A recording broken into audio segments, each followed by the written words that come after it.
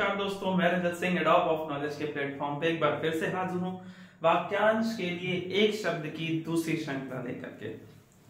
Channel पर अगर आप आए हैं, चैनल पर नए हैं तो चैनल को सब्सक्राइब करें, लाइक करें और पसंद आया हो तो शेयर करें। मुझे लग रहा है कि वाक्यांश के लिए एक शब्द आपको काफी पसंद आ रहा है, काफी लाइक मुझे मिले और सब्सक्राइबर्स भी बढ़े। तो अभी तक आपने देखा वाक्यांश के लिए एक शब्द में हमने पढ़ा था अपने पति से प्रेम करने वाली नायिका स्वकीया, पर पुरुष से प्रेम करने वाली विवाहित नायिका परकीया। वह नायिका जिसे अपने पति का प्रेम मिला हो उसे क्या कहते हैं? सुभगा। वह नायिका जिसे अपने पति का प्रेम ना मिला हो दुर्भगा। वह नायिका जो दुख छिपकर संकेत स्थल पर प्रेमी से मिलने जाए अभिसारिका। उम्मीद है कि आप कभी नहीं भूलेंगे इसको। वह नायिका जो खुलेआम अपने प्रेमी से मिलने जाए सुसारिका। वह नायिका जो प्रिय बोलती हो प्रियमवदा। प्रत्येक विधवा नायिका जो पुनर्विवाह करे पुनर्भू। मंद मुस्कुराने वाली नायिका स्मिता। और घने बालों वाली नायिका जिसको हम लोग जानते हैं अलका। लंबे बाल वालों केशनी। घुंघराले बाल वाली नायिका काकुनी। मान करने वाली नायिका मानिनी। क्रोध करने वाली भामिनी। बड़े बड़े नैनों वाली नायिका मैंने आपको बना के बताया था आयत लोचना। उसके बाद हमने देखा था मछली के जैसे आंखों वाली नायिका मीनाक्षी। अक्ष से मैंने बताया था, अक्ष से मैंने आपको बताया था अक्ष आंख। अगर मछली की आंख वाली है तो मीनाक्षी। मीन से बना दिया मीनाक्षी। और सैकड़ों आंखों वाली नायिका है तो शत। शत मतलब 100, जैसे हम लोग बोलते हैं 100%। तो शत से हम लोगों ने बना दिया क्या? शताक्षी। शब्द को देख करके पहचानने की मैं आपको नजर दे रहा हूं। वो जिस नजर से आप शब्द को तोड़ें और उस शब्द के अर्थ को पहचान सकें, और जब कभी भी आपके पेपर में आए तो आप उस शब्द के सही उत्तर को टिक कर सकें। इस वजह से मैं एक एक शब्द को लेकर के इस तरीके से आपसे बातें करता हूं। चंचल आंखों वाली नायिका, इसके बारे में भी लोलक करके बताया था। लोलाक्षिका। लोलाक्षिका वह स्त्री जिसका पति परदेश से आने वाला हो। वह स्त्री जिसका पति परदेश से आने वाला हो। प्रवश्यत पति का वह स्त्री जिसका पति परदेश से आ गया हो। मैंने बताया था बाहर बैठा है, चाय नाश्ता कर रहा है। आगत पति का वह स्त्री जिसका पति परदेश जाने वाला हो। और वह स्त्री जिसका पति परदेश जाने वाला हो। वह पति जिसका पति परदेश में हो, इसे हम क्या कहेंगे? प्रोषित पति का। और वह स्त्री जिसका पति परदेश जाने वाला हो, प्रवश्यत पति का। ठीक है, नवविवाहित स्त्री। यहां तक हमने देखा था। अब देखते हैं अगला एपिसोड और बढ़ते हैं आगे। अभी तक आपने इतना देखा था। अगला जो मैं आपको बताने जा रहा था, टेक्नोलॉजी एरर की वजह से बीच में ही कट गया था, वो था ऊल्हा। ऊल्हा मीन्स होता है स्त्री। क्या होता है? स्त्री। अब स्त्री नवविवाहित है तो नव और ऊल्हा मिलके बन गया क्या? नवूढ़ा। ठीक। और अगर अविवाहित स्त्री जो किसी से प्रेम करे तो क्या बन जाएगा? वो अध्युरा। ठीक। और वह नायिका जिसका नायक किसी अन्य स्त्री से प्रेम करे, जैसे मैंने बताया था अखंड सौभाग्यवती भाव था महाभारत में, तो इसका सौभाग्य खंडित हो गया है तो इसे कहा जाता है क्या? खंडिता। इस तरीके से हमने रीतिकाल से आने वाले सभी वाक्यांशों को देखा जो स्त्री से संबंधित थे। अब चलते हैं नए एपिसोड में। यहां से प्रारंभ होता है हमारा नया एपिसोड। इस नए एपिसोड में हम लोग पहले शब्द में आते हैं। पहला शब्द हमारा क्या है? मन की बात को जानने वाला। अच्छा, यहां पर एक बड़ी अच्छी चीज है। कंप्यूटर जी एक नया पन्ना दीजिए जिससे मैं ज्ञा को पकड़ करके और ज्ञा के शब्द को तोड़ तोड़ करके आपको समझा सकूं। क्या बात है, क्या बात है।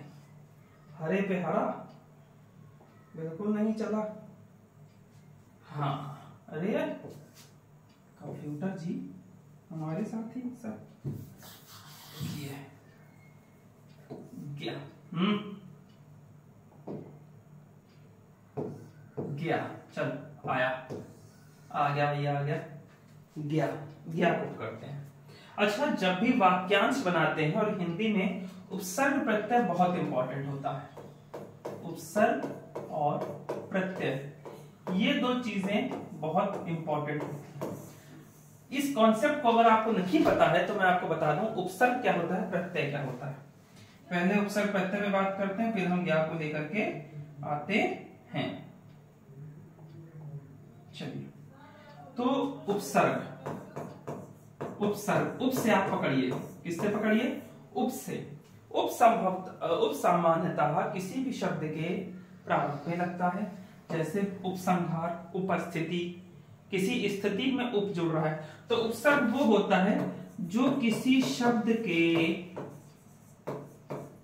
प्रारंभ में लगकर किसी शब्द को, हिंदी में प्रयुक्त होने वाले किसी शब्द को विशिष्ट अर्थ प्रदान करता है। ठीक है, इतना तो पता हो गया होगा।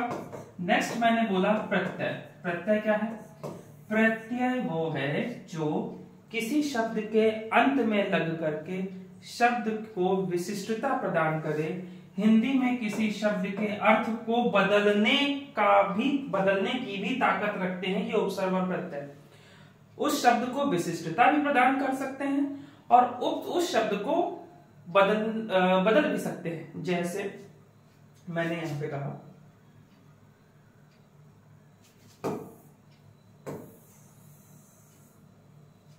जैसे मैंने यहां पर कहा आपसे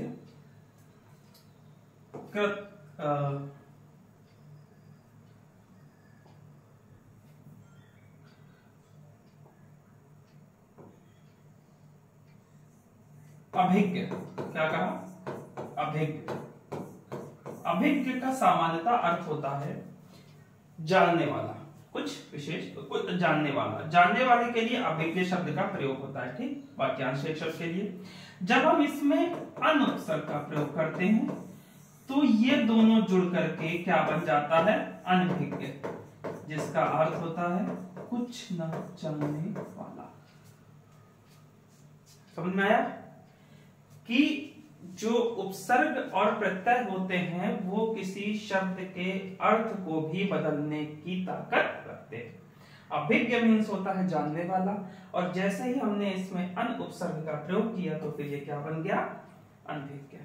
इसी प्रकार से मैं आपको ज्ञा के बारे में बता रहा था। ज्ञा, छोटा से अनार आपने पढ़ा होगा, बड़ा से आम, ई से इमली, ई से ई, उ से उल्लू, ऊ से ऊन पढ़ा होगा, क ख ग घ सब पढ़ा होगा। अंत में ज्ञा आता है, और हिंदी में ज्ञा क्या बनाता है आपको, ज्ञानी। क्या से, ज्ञानी, जानते ही होंगे। तो यहां पर ज्ञा जो प्रयोग होता है, ज्ञा जो प्रयोग होता है, ज्ञा होता है जानने वाले के लिए। किसके लिए प्रयोग होता है, जानने वाले के लिए। ठीक, देखते जाइए अब एक साथ हम कितने शब्द बनाते हैं। गणितज्ञ अर्थात गणित को जानने वाला। ठीक, पेन थोड़ा सा चेंज करते हैं, व्हाइट ले लेते हैं। इसको तो पीला ही रखो, इसको व्हाइट ले लेते हैं। मर्मज्ञ, मर्मज्ञ का अर्थ क्या होता है, मर्म को जानने वाला। अभिज्ञ, अच्छा हिंदी में एक चीज हमेशा याद रखिएगा कि भिज्ञ जैसा कोई भी सेंटेंस एग्जिस्ट नहीं करता है। अगर कोई कहते भिज्ञ का विलोम बताओ तो तुरंत उसको कहना भैया हिंदी में भिज्ञ जैसा कोई शब्द एग्जिस्ट ही नहीं करता है। एग्जिस्ट कौन सा शब्द करता है, अभिज्ञ। अभिज्ञ में जब अन जुड़ता है तब ये क्या बन जाता है, अनभिज्ञ। ठीक है, भिज्ञ जैसा कोई भी सेंटेंस एग्जिस्ट नहीं करता है। तो गणित को जानने वाला गणितज्ञ, मर्म को जानने वाला मर्मज्ञ, कुछ जानने वाले को होता है अभिज्ञ, और विज्ञ शब्द होता है। विज्ञ का क्या अर्थ होता है? विशेष जानने वाला। ठीक, इसी तरीके से आप कई सारे सुनते रहते होंगे। और अनभिज्ञ, अनभिज्ञ मतलब क्या होता है? कुछ ना जानने वाले को जानते हैं। कृतज्ञ, कृतज्ञ मतलब क्या होता है? किए हुए को जानने वाला या मानने वाले को हम लोग क्या कहते हैं? कृतज्ञ। ठीक है। सर्वज्ञ, सर्वज्ञ कौन होता है? सब कुछ जानने वाले के लिए हम लोग क्या प्रयोग करते हैं? सर्वज्ञ। ठीक, इसी तरीके से और भी हिंदी में जब शब्द आपको मिलते जाएंगे तो शब्दों को तोड़ करके आप उनके अर्थ तक बड़ी सरलता से पहुंच सकते हैं। तो जो सब कुछ जानता है उसको क्या कहते हैं? सर्वज्ञ। गणित के जानकार को गणितज्ञ, मर्म को जानने वाला मर्मज्ञ, जानने वाले के लिए अभिज्ञ, विशेष जानने वाले के लिए विज्ञ, कुछ ना जानने वाले के लिए अनभिज्ञ, किए हुए को मानने वाले को कृतज्ञ। लेकिन इसका तात्पर्य यह बिल्कुल भी नहीं है कि आप हर शब्द के पीछे ज्ञा लगा दें और कहते सर जी हम जैसे कि ब्लैक बोर्ड के बारे में बहुत जानते हैं, तो क्या हम ब्लैक बोर्डज्ञ बन गए, हम मोबाइलज्ञ बन गए हैं? हिंदी को तोड़िएगा नहीं। ये कुछ सेंटेंस है जिससे हम आपके दिमाग में भर रहे हैं कि जब प्रश्न आए तो आप उन शब्दों को देख करके समझ जाइए। अपनी तरफ से जब हिंदी में नए शब्द आप गठित करेंगे तो हिंदी की ऐसी की तैसी कर देंगे। तो विशेष निवेदन है कि आप इसको पढ़ करके केवल अगर आपकी दृष्टि में कोई शब्द दिखाई देता है तो उस शब्द को समझने का प्रयास कीजिए। हिंदी या भाषा का कोई भी विषय, चाहे वो अंग्रेजी हो, चाहे वो हिंदी हो, चाहे वो संस्कृत हो, एक्चुअली वो चलता है वोकैबुलरी पे, जिसको हम हिंदी में कहते हैं शब्दकोश पे। शब्दकोश आपका जितना मजबूत होगा आपकी भाषा में पकड़ उतनी मजबूत होगी। ये जो चीजें चल रही हैं ये केवल आपको लग रहा होगा वाक्यांश चल रहा है, वास्तव में ये वाक्यांश नहीं चल रहा है। वाक्यांश के साथ मैं आपको बीच बीच में विलोम के बारे में भी अवगत करा देता हूं। जैसे अभिज्ञ का विलोम मैंने बताया आपको, अनभिज्ञ।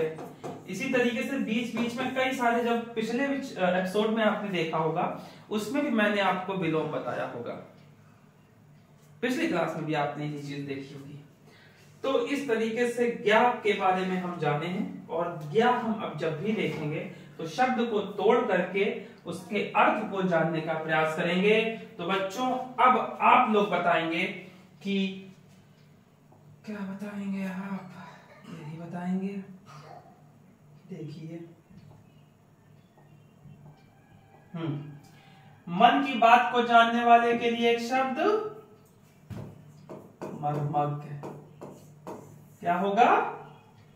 मर्मज्ञ। मन की बात को जानने वाले के लिए एक शब्द क्या होगा? मर्मज्ञ।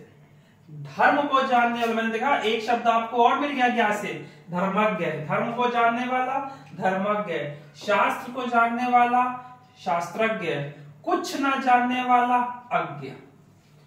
अज्ञ में जो छोटा आ होता है वो सामान्यतः थोड़ा सा नकारात्मक पक्ष को दिखाने का प्रयास करता है, लेकिन बड़ा आ नहीं। ठीक है, बड़ा आ जो होता है वो निगेटिव सेंस नहीं प्रोवाइड करता, लेकिन छोटा आ जब किसी शब्द के आगे लग जाता है और जब किसी शब्द के आगे लग जाता है तो वो उसमें निगेटिविटी के कुछ चीजें गढ़ देता है। इसीलिए ये जो आ है, आ को जोड़ दे ही यहाँ पर ना जानने वाले के लिए क्या हो गया? साधारण जानकारी जानने वाला, सॉरी यहाँ पर गलत लिखा हुआ है, योगा जानकारी। साधारण जानकारी जानने वाला अभिज्ञ, और साधारण जानकारी ना जानने वाला क्या बन गया? अनभिज्ञ। क्या बन गया? अनभिज्ञ। बहुत कुछ जानने वाले के लिए क्या हो गया? बहुज्ञ। और सब कुछ जानने वाले के लिए क्या हो गया? सर्वज्ञ। अब कहो सर जी सर्वज्ञ और बहुज्ञ में क्या अंतर है? बहुत बड़ा अंतर है बेटा। आप बहुत कुछ जान सकते हैं लेकिन सब कुछ जान सकते हैं, इस पे एक प्रश्न चिन्ह उठता है। तो सब कुछ जानने वाला सर्वज्ञ होगा और बहुत कुछ जानने वाला क्या होगा? बहुज्ञ। बहुत कम जानने वाला अल्पज्ञ, सब कुछ जानने वाला सर्वज्ञ। ठीक, और तीनों कालों की जानकारी रखने वाला त्रिकालज्ञ, ठीक है। दैव को जानने वाला, ये गलत लिखा है, यहां पर होगा दैवज्ञ। क्या होगा? दैवज्ञ। दैव को जानने वाला दैवज्ञ। फिर से मैं एक बार रिपीट करता हूं, मन की बात को जानने वाला। अब आपके पास शब्द पकड़िए, वाक्यांश आप नहीं निकालेंगे। ब्रह्मज्ञ कौन होगा? मन की बात को जानने वाला। धर्मज्ञ कौन होगा? धर्म की बात को जानने वाला। शास्त्रज्ञ कौन होगा? शास्त्र को जानने वाला। अज्ञ कौन होगा? कुछ ना जानने वाला। विज्ञ कौन होगा? विशेष जानने वाला। अभिज्ञ कौन हो गया? अभिज्ञ कौन हो गया? कुछ जानने वाला। अनभिज्ञ क्या हो गया? कुछ ना जानने वाला। बहुज्ञ क्या हो गया? बहुत जानने वाला। अल्पज्ञ क्या हो गया? अल्प, बहुत कम जानने वाला। सर्वज्ञ सब कुछ जानने वाला। दैवज्ञ दैव को जानने वाला। तीनों कालों को जानने वाला त्रिकालज्ञ। तीनों कालों का मतलब जो भूत, वर्तमान, भविष्य तीनों को जानता। पहले होते थे, अब तो बड़ा मुश्किल में मिलता है। तत्व को जानने वाला तत्वज्ञ। किए हुए को जानने वाला कृतज्ञ। वेद को जानने वाला वेदज्ञ। गणित को जानने वाला गणितज्ञ। एक ज्ञा से हमने कितने शब्द निकाले हैं और एक ज्ञा को पकड़कर क्या कितने वाक्यांश समझ गए। तो हिंदी भी रटने की चीज नहीं है कि 50-50 क्वेश्चन के आपने पीडीएफ निकाल लिए और उनको एक तरफ से रटना शुरू किया। आज तक आप ऐसे ही पढ़े, मन की बात को जानने वाला मर्मज्ञ, मन की बात को जानने वाला मर्मज्ञ, धर्म की बात को जानना धर्मज्ञ, धर्म की बात को जानना धर्मज्ञ। हिंदी में तोड़िए शब्दों को, और शब्दों को तोड़ के उनके अर्थ को जब आप समझेंगे तो याद करने की जरूरत नहीं है। शब्द आपके सामने आएगा, आप तुरंत बता देंगे। चलते हैं आगे। आगे चलते हैं। सभी मौसम को सहने की क्षमता तितीक्षा। तितीक्षा जो किसी के निमंत्रण पर आया हो, बहुत साधारण शब्द है, निमंत्रित और आमंत्रित। जनरली दोनों एक ही, निमंत्रित और आमंत्रित।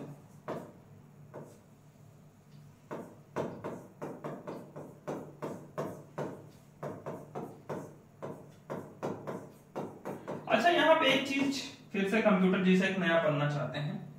लिख ही रहा था, लिखते लिखते याद आ गया तो सोचा हम बात कर लेते हैं। ठीक है। ये यार पेन भूल जाते हैं। ठीक। इत जो होता है वो प्रत्यय होता है, और ये जो प्रत्यय होता है ये हुआ का फील देता है हिंदी में। ठीक है। इत प्रत्यय जो होता है वो हुआ का फील देता है।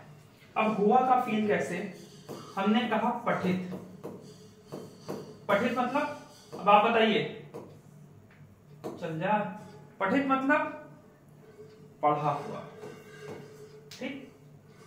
और निमंत्रित, निमंत्रित मतलब निमंत्रण दिया हुआ, ठीक।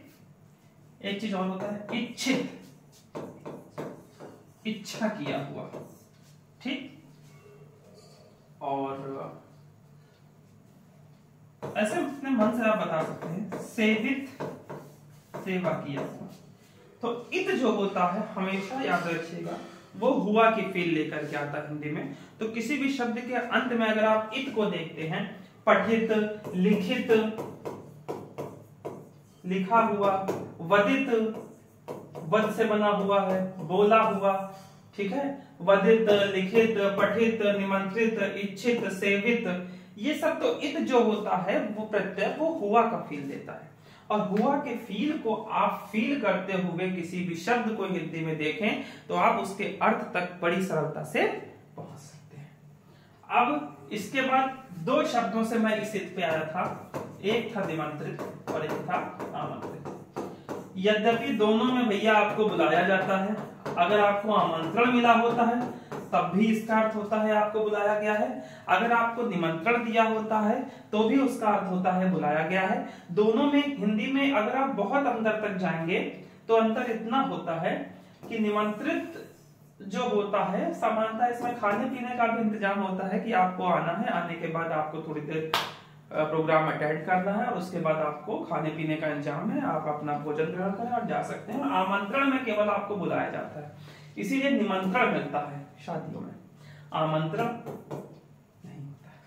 ठीक है, तो इस तरीके से थोड़ा थोड़ा अंतर है। बाकी निमंत्रित और आमंत्रित जैसा आपके क्वेश्चन में विकल्प होगा, विकल्प को देख करके आप उस तक पहुंच सकते हैं। तो जो किसी के निमंत्रण पर आया हो, निमंत्रित या आमंत्रित, पाद पैर से मस्तक तक, अपाद मस्तक। अब आपाद मस्तक ये आ गया है तो फिर से कंप्यूटर जी से कहते हैं पन्ना दें और इसको भी हम समझते हैं। ठीक समझ में आया? आज मैंने आपको दो कॉन्सेप्ट बताए। पहला कॉन्सेप्ट ज्ञा का बताया। ज्ञा जो होता है वो आपको क्या कहता है, जानने वाले का फील देता है। ठीक है, और इत जो होता है ये आपको हुआ का फील देता है। और इत्तेफाक की बात है ये दोनों ही मैंने आपको प्रत्यय बताए हैं। अब मैं बताने जा रहा हूं आपको एक उपसर्ग जो है आ। क्या है? आ उपसर्ग। हिंदी में जो आ उपसर्ग होता है वो तक का फील देता है। किसका फील देता है? तक का। जैसे अब ध्यान से देखिएगा, मैंने कहा आपाद मस्तक। मजा आ रही क्लास में कि नहीं? और अगर आपको मजा आ रही है तो चैनल को लाइक, सब्सक्राइब, शेयर बिल्कुल करिएगा और अपने दोस्तों को भी भेजिएगा कि हिंदी इस तरह भी पढ़ी जा सकती है। पीडीएफ निकाल के, पन्ना निकाल के, रट्टा मार के हिंदी नहीं पढ़ी जा सकती। और ना ही बाकी लोगों की तरह कि हमने यहाँ पर 50 को चैनल पर बता दिए इसका ये होता है, इसका ये होता है, इसका ये होता है, इसका ये होता है, हिंदी खत्म। ऐसे बताना होता तो आधा आधा घंटे में वाक्यांश का दूसरा वीडियो ना चल रहा होता। आधे घंटे में 50 हो जाते और एक बड़ा खर्रा तैयार होता 1 घंटे का पापा मम्मी वीडियो, खत्म वाक्यांश। लेकिन जब शब्द को तोड़ के पढ़ेंगे तो आपको हिंदी रटने की आवश्यकता नहीं है, आप समझकर बहुत ही सरलता से इसको पढ़ सकते हैं। तो मैंने बताया तक, आज जो होता है वो तक की फील देता है। और पहला सेंटेंस हमको क्या मिला? आपाद मस्तक। मतलब अब इसको तोड़िए, आ पाद से क्या हो गया? पैर, और मस्तक से क्या हो गया? सर। अर्थात पैर से सर तक। एक शब्द आपने और सुना होगा, अजान बाहु। अजान बाहु। आ मीन्स क्या हो गया? तक। जान मीन्स क्या हो गया? घुटना। और बाहु मीन्स क्या होगा? भुजा। अर्थात घुटने तक भुजा। घुटने तक भुजा, लंबी भुजा वाले व्यक्ति को अजान बाहु। यहाँ प्रलंब बाहु अलग होता है, कंफ्यूज बिल्कुल भी मत होइएगा। एक शब्द और होता है प्रलंब बाहु।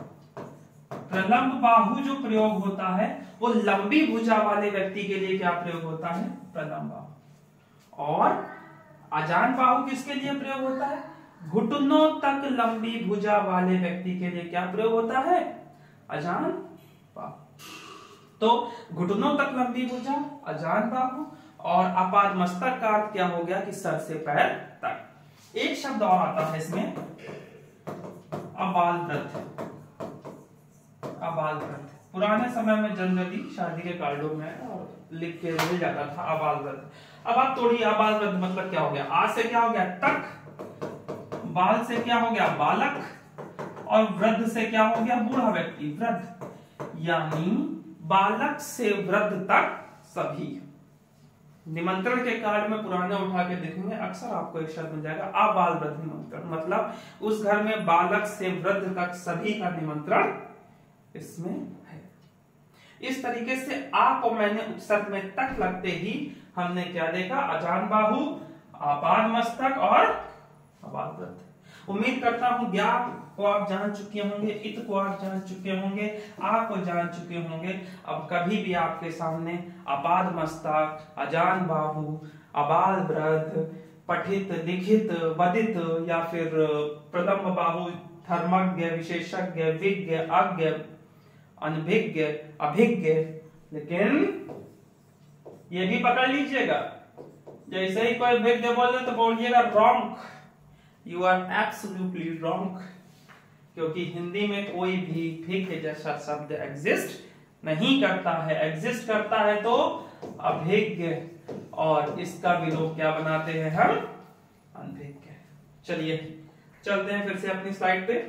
कंप्यूटर जी स्लाइड को वापस लाया जाए और मेरे कलम को सही रखा जाए। ठीक है, सही है। हाँ, तो पाद से मस्तक तक, अपाद मस्तक, मिल गया। आगे भविष्य में आने वाला क्या हो गया? आगामी या भावी। बहुत आसान है। घुटनों तक लंबी भुजा वाला, आजान बाहु, मिल गया। अगला, लंबी भुजा वाले को क्या कहते हैं? प्रलंब बाहु। क्या कहते हैं? प्रलंब बाहु।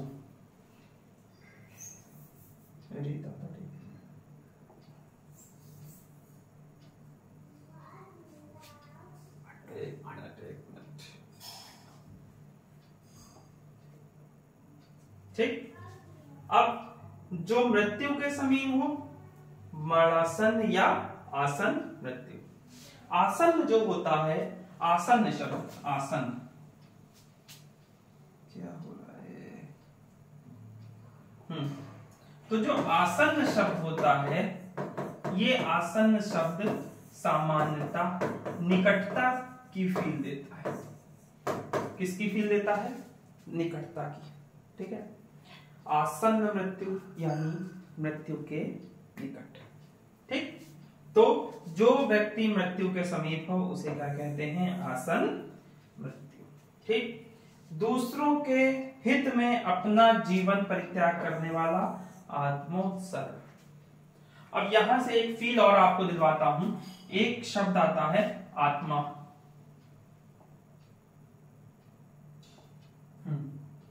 एक शब्द आता है आत्मा।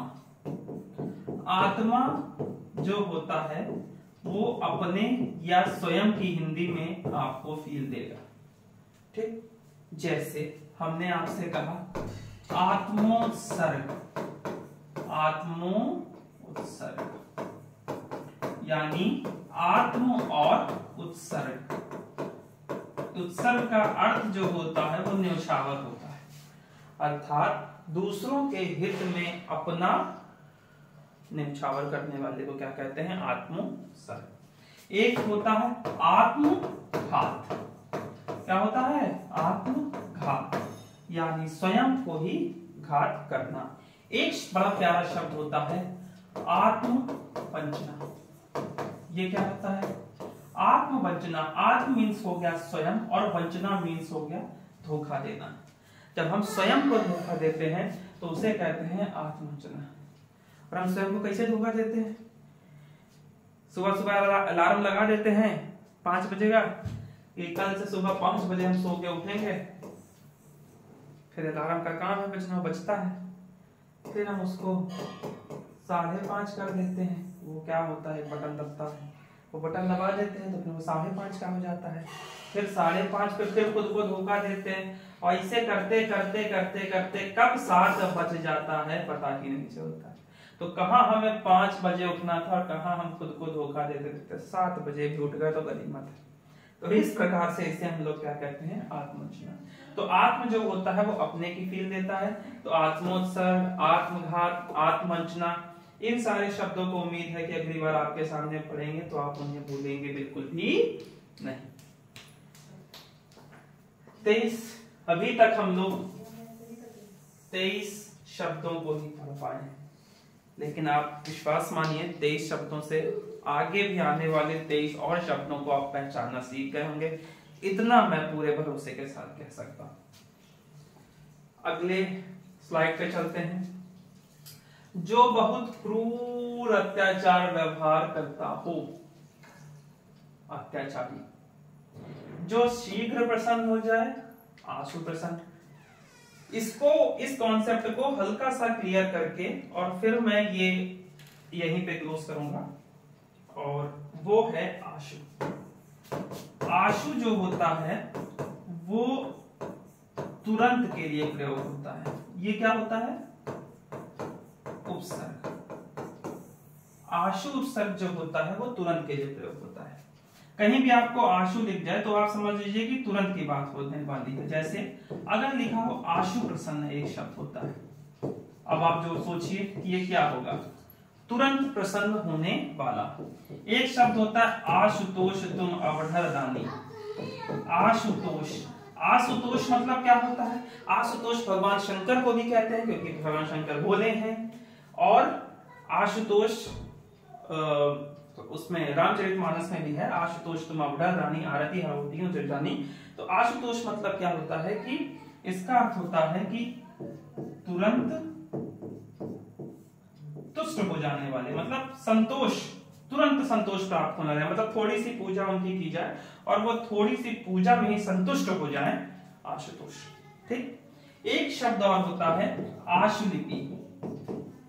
आशुलिपि, तुरंत लिपि। तुरंत लिपि का मतलब क्या है, मैं जिस स्पीड से बोल रहा हूं इस स्पीड से अगर आप लिखेंगे तो वो क्या कहलाएगा, आशुलिपि। अर्थात इस लिपि से लिखना तो मुश्किल है, लेकिन इसको इंग्लिश में कहते हैं शॉर्ट हैंड राइटिंग। क्या कहते हैं, शॉर्ट हैंड राइटिंग। और उसको हिंदी में क्या कहते हैं, आशु लिपि। और तुरंत प्रसन्न होने को आशुतोष। और तुरंत संतुष्ट हो जाने वाले भगवान अवढर दानी कौन, भगवान भोलेनाथ, क्या कहते हैं उनको, आशुतोष। जैसे मैंने आपको बताया था ईशान के बारे में, ईशान कोण किसके बीच में था, याद करिए, ईशान कोण। तो ईशान कोण उत्तर और पूरब के बीच के कोण को हमने कहा था ईशान, और इसमें हमने किसको बैठाया था, भगवान शंकर को। इसीलिए रुद्राक्षम में कहा गया है क्या, नमामीश मीशान निर्वाण रूपम। नमामि है ईशान कोण पर जो विराजमान है भगवान भोले। नमामीश ईशान, नमामीश मीशान निर्वाण रूपम। तो कहां से कहां पर मैं आपको ले आया, तो जो आशु लगा होता है वो आशु का अर्थ होता है तुरंत। आशुलिपि कभी भी आएगा आप समझ जाएंगे, तुरंत लिखने वाला। आशु प्रसन्न, तुरंत प्रसन्न होने वाला। आशुतोष, तुरंत संतुष्ट होने वाला। एक शब्द और होता है आशु कवि। आशु कवि क्या होता है, जो व्यक्ति तुरंत कविता लिखते हैं। ऐसे देखता है आपको, बस नवजोत सिंह सिद्धू की तरह 4 लाइनें करते, तो वो कौन होते हैं, आशु कवि। तो आज इसको यहीं विराम देते हैं और आगे आशु प्रसन्न के बाद आगे के कल प्रारंभ करेंगे। तो आज का एपिसोड यहीं खत्म होता है।